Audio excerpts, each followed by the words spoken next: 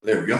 So any questions that come up, I want you guys to be thinking about the why. Thinking about, why is somebody having this problem? If there's a question, hey Deanne, hopefully that is better. I think my microphone was off. Sorry about that. Here's the deal. If you see somebody ask a question, go ahead and get that question from the perspective of why. Why is that happening?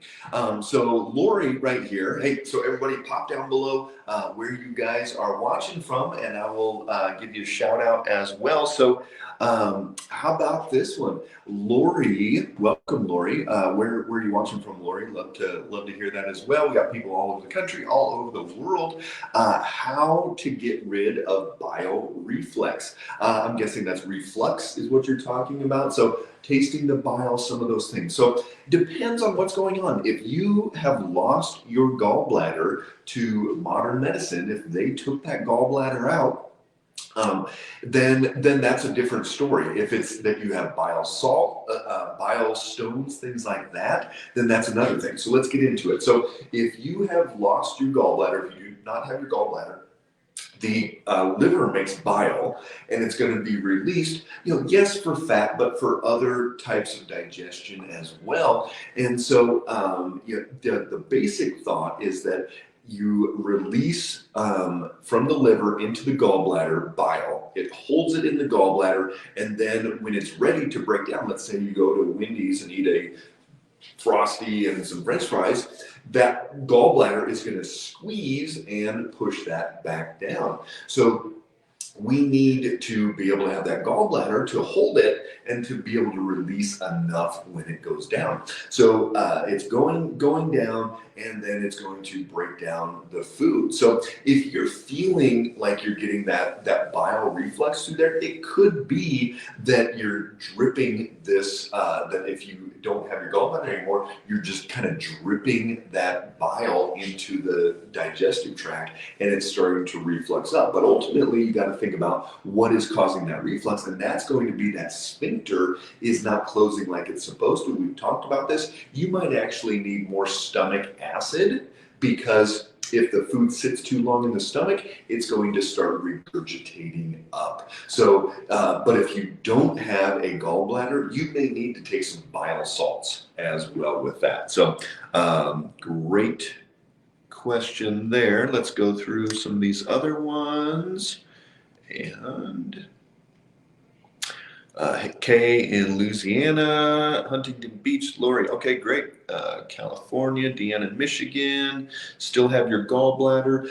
So, Lori, it's probably either that sphincter isn't closing like it's supposed to, or you might have some bile stones. You may need to do a gallbladder flush. If you need help on that, let us know. Pamela in Kentucky. Christina, watching from Georgia, what is the ideal range for vitamin B12? So I'm assuming you're talking about blood work range, and somewhere in that 750 to 900 range is pretty darn good. But unfortunately, B12 blood test is not that great, because it's going to vary depending on how much you've taken even in the last 12 to 24 hours. So B12 in the blood is not the best way to test that. It doesn't give you the full information. So look for, one of the even better ways is to look for homocysteine. And if you have high homocysteine, it may be that you need B12 as well. So Helen, good to see you in Michigan. And Lori, constant phlegm in your throat. So also, Lori, look from the top down. You may be having some drainage. You may be having some dripping. Look for in your house. You might have some mold in there.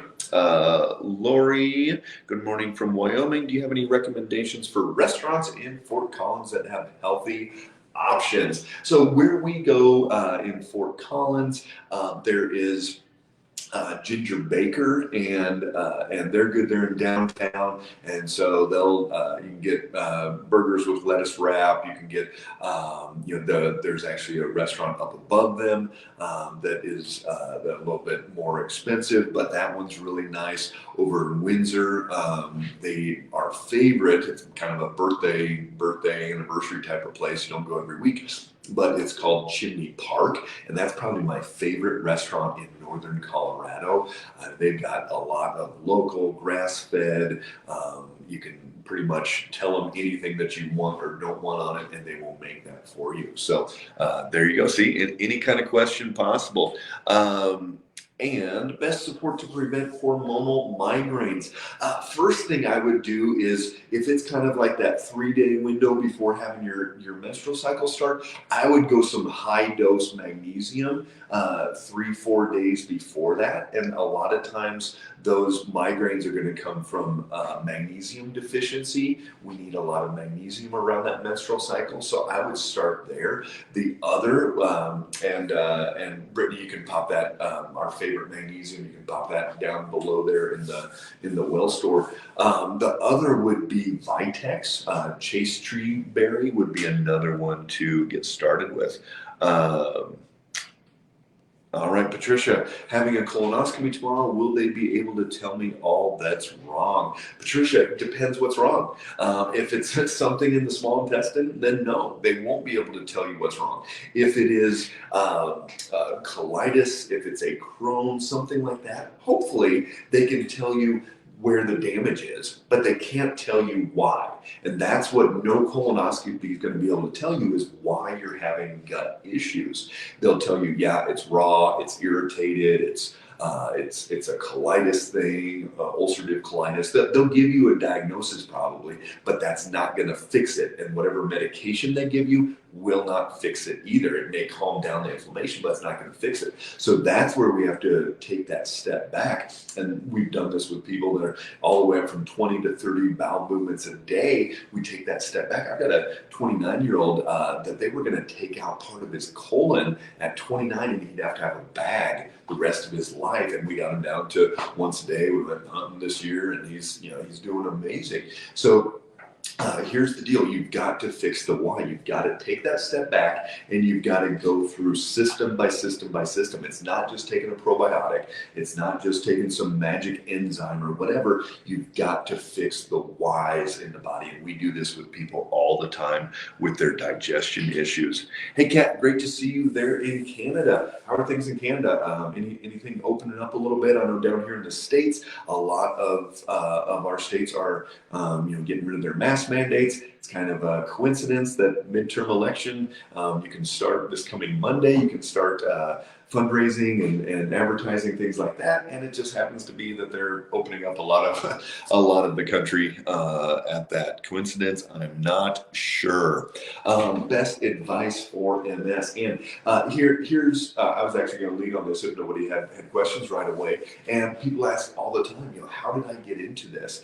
And basically, it was with MS. And my mom, when I was a junior in high school, she collapsed at a football game of mine, and people had to help her out to the car. Nobody knew what it was. Over the next few months, they figured out she had MS, did the MRI, all those things. Got to the point my senior year, she had to go on disability, and was having to use a cane, just really going downhill. They put her on all the drugs, but it was the kind where it was degenerating pretty darn quickly. So the next few years, I would fly back from college, and my dad would have to wheel her down to the gate. That's when you used to be able to go down to the gate and pick people up. And my dad would have to wheel her down there. She'd have to get her little go-kart at Walmart, all of those things.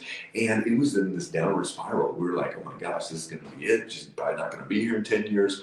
All of these things. And so instead of that happening, she found this great doc even before it was called functional medicine, and started getting into the why, started reversing brain and gut and inflammation and all these different things. Now she's going to be 79 next month, and she does great at boot camp. She fishes all the time. I'll post a picture of her, some trout. She just caught a tiger trout last week. And I'm sending my 15-year-old down to her and my dad over spring break, and they're going to fish for 7 days straight.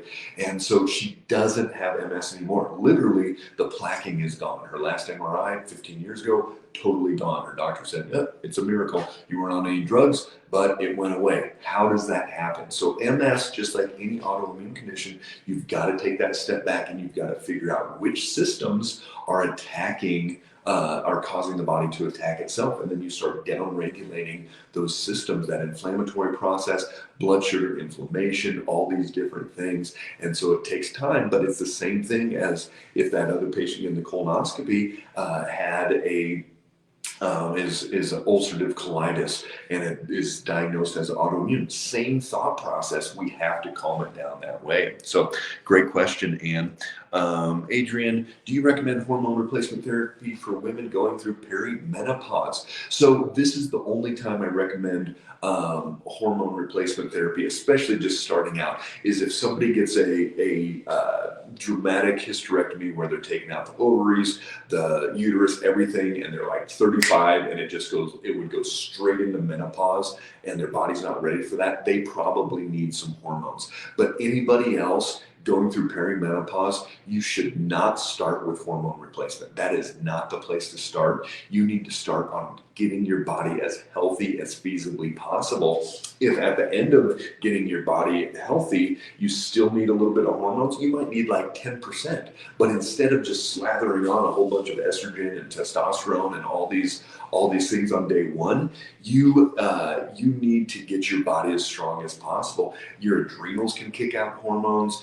Your DHEA needs to be the right level because that turns into testosterone and that turns into estrogen. And we see women that are in their 70s, if they get their adrenals and their DHEA up, they have plenty of testosterone, plenty of estrogen, and don't have the symptoms like they do. So it is not the place to start.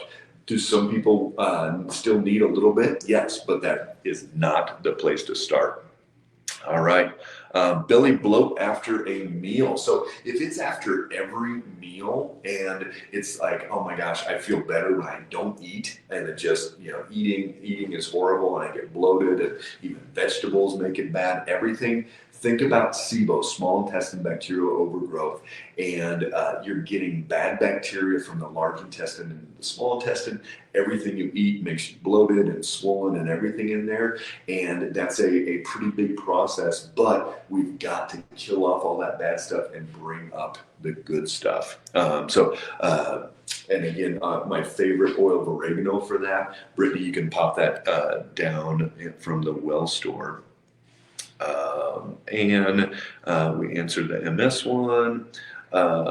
Marie, I just want to thank you so much for answering and taking questions. Seriously, though, you are a savior. You are so welcome, Marie. Love answering questions. Both my parents were teachers. My grandparents were teachers, so it might just be part of in my nature, right? But I love getting these. My B12 at last doctor blood draw after COVID was over 1,800. I think I will be lower when I go back. I've been given myself B12 shots and supplement as we're recovering from COVID. Yeah, so obviously 1,800 is a little bit high, but if somebody is giving themselves B12 injections, it will be up that high.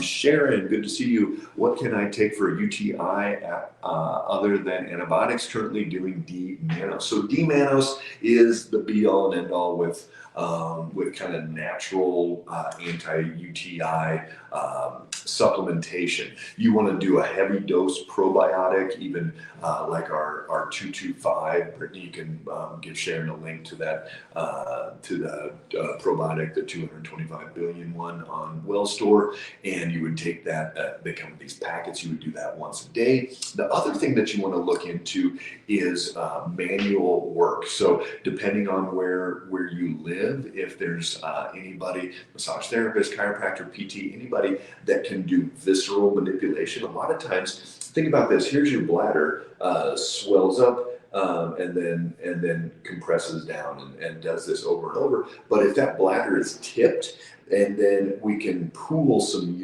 urine in there, and then we get bacterial infection, and it's harder to get that out. So actually doing some manual manipulation, doing a bladder lift, uterine lift, things like that, can get it into the right place. So if you need help with that, Sharon, drop us a line and we can help you. Marie, love to have you see my dad. Where do you practice? So we're getting ready to open our 4th office next week in Denver in Highlands Ranch. So for those of you in the Denver Metroplex or know anybody, Colorado Springs, anything at all, we will have our Denver office open. So we'll have 2 in Colorado and 2 in Tennessee. But if either of those are too far for you guys to get to, we work with patients all over the country, even all over the world. We have Honduras, Puerto Rico right now, Canada, patients all over. So if you need support, you need help, your dad needs help, we can do a whole lot remotely. And COVID kind of propelled us. We've been doing this forever, but it really opened the door for a lot of people. So good question. How long to follow an autoimmune paleo diet for healing leaky gut? Is rice allowed in AIP? Okay, so a true autoimmune paleo diet, you cannot have any grains. You can't have rice, you can't have quinoa, you can't have millet, even gluten-free grains. So a true autoimmune paleo diet, and when we're working on leaky gut, we do not let people have rice. It all depends on what else you're doing. If that's all you do is just do a dietary change, it might take you 4 to 6 months. If you're adding in specific supplementation, if you're working on the large intestine and the stomach and the digestion the rest of the way, if you're working on the adrenals and the brain and getting yourself out of fight or flight, all these other things, you might only need to do it for 2 to 4 weeks, is a lot of times with our patients is all we have to do. So it just really depends on what you have going on. Christy, great to see you there in Gillette. And Brenda, love this question. PCOS, polycystic ovarian syndrome. A friend has this. Is this going to be an ongoing problem? Currently in hospital for inflammation. Here's the deal, Brenda. Yes and no. Yes, absolutely. It's going to be a regular problem. It's going to be an ongoing problem, because if she's not making changes, if she's not fixing, here's the key word: insulin resistance. Give me a thumbs up if any of you guys know the term insulin resistance, know what that means. But PCOS, 99% of the time, PCOS has an insulin resistant component to it. And if she is not fixing her blood sugar, yes, she will deal with this the rest of her life, or until they, take out, give her a hysterectomy or whatever happens. But I've got a patient up in Casper, and literally within a week, PCOS, all these things, she's like, oh my gosh, I feel absolutely different. Her cycle is now regular every month. Huge changes. But it was blood sugar and liver and gut and inflammation and losing weight and all of these things. But yes, your friend, if she truly wants help, have her drop us a line, and we would love it. I love helping PCOS. It's actually about one of the easiest things that we can fix, but it's like such this mystery for so many people out there. So get that balanced out.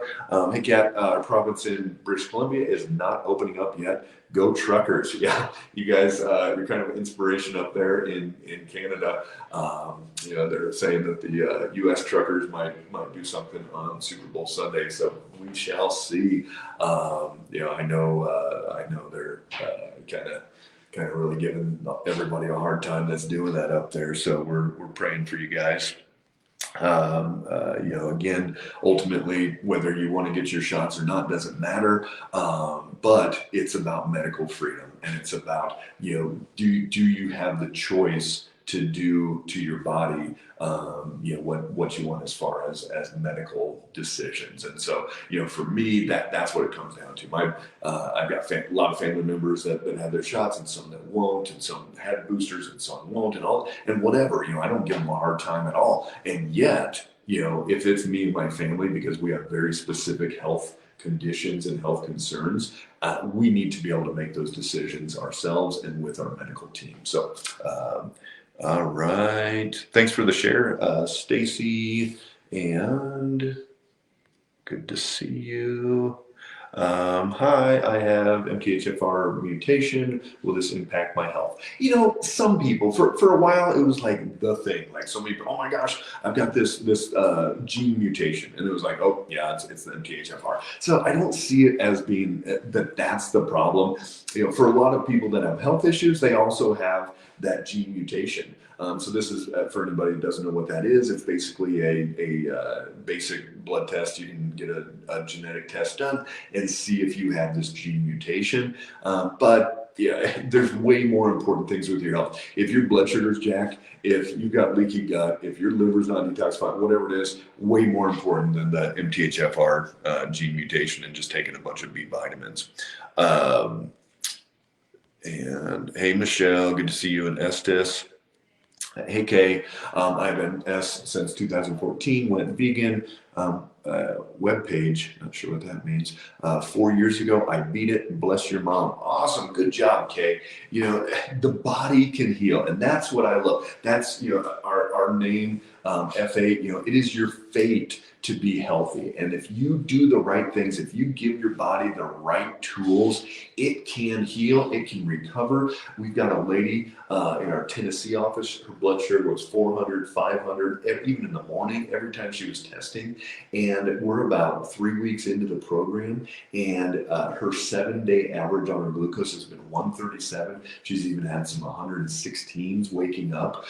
You know, it's amazing what happens. I've got our youth pastor, and he was having high blood pressure, and it was related to the brainwave patterns being a little bit too revved up. And we did neurofeedback, and in the first week it went from 210 over 110 to 120, and it's 140 over 90 now already in 1 week, and that's the only change. So if you give the body what it needs, you see miracles over and over and over. So Kay, great job there. Have that be an inspiration to everybody out there. What do you recommend for diverticulitis pain and colitis flare-ups? Here's the deal. There's no magic. Ooh, let's get the pain down. You know, I wish, you know, we've got high dose probiotics. You, Brittany, you can give Jean that probiotic 225, the 225 billion one. Give her that link there. But you know, here's the deal. You've got to figure out why that diverticulitis is there. I had a 21-year-old last year that he was going 20 times a day. Now he's once a day. He feels great. He's lost 40 pounds. His life is totally different. I had a 29-year-old that they wanted to take out part of his colon. He was going 30 times a day, and now he goes once a day, and he does totally fine. If he eats what he needs to eat and does what he needs to do, he feels great. So here's the deal, Gene. You've got to fix the why. You've got to take that step back, and you've got to go through system by system by system and fix why it's there. There is no magic natural, get rid of the pain for a diverticulitis thing. It can change, and it can change very quickly if you do what you need to do. If you need help with that, drop us a line, and we can walk you through that process. Can you treat Hashimoto's and actually get rid of it? Absolutely. Just had a lady yesterday, her TPO, anti-TPO numbers were high, and then boom, did another blood test, and now they're not. So you can calm down, just like my mom's MS that we were just talking about, just like Kay, her MS is gone. The body, Hashimoto's is an autoimmune disease. The body can stop attacking itself. It can start healing, and we can see miracles all the time. Hashimoto's is one of those where we see, you know, really, really good changes very quickly. We test every single patient, but here's the deal, Dana. Do you know which type of Hashimoto's you have? Do you have it to the thyroid itself, or do you have it to the bus that's transporting around? Because it really makes a difference when we're talking about getting that better. So absolutely, Hashimoto's. Check out, Brittany, can you send Dana a couple of our videos. So if you have not been on our YouTube channel, check out our YouTube channel. Brittany's popping that down below. And we have probably 550 videos, something like that on there. Tons and tons of things. You can search it way easier than on Facebook. So go on there, Google Hashimoto's, Google autoimmune, thyroid, whatever it is, and you can watch hours of videos of what you need to do to get get your health back and get that Hashimoto's calmed down. If you are not subscribed to that YouTube channel, do that. Every one of these Facebook videos gets automatically sent over there as well. So that's a huge bonus. You can just go through and watch those. You don't have to keep up on Facebook either. Love educating. So we've got tons of information out there.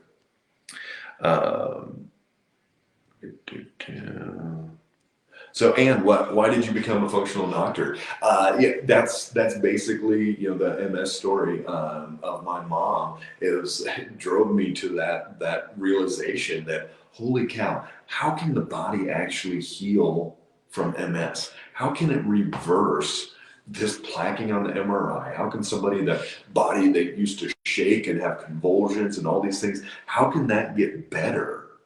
And it wasn't from drugs, it wasn't from surgery, but the body has that ability to heal. And that's the miracle that's inside of us, this innate intelligence that if you take out enough bad stuff, give it enough good stuff, you will see these miracles happen.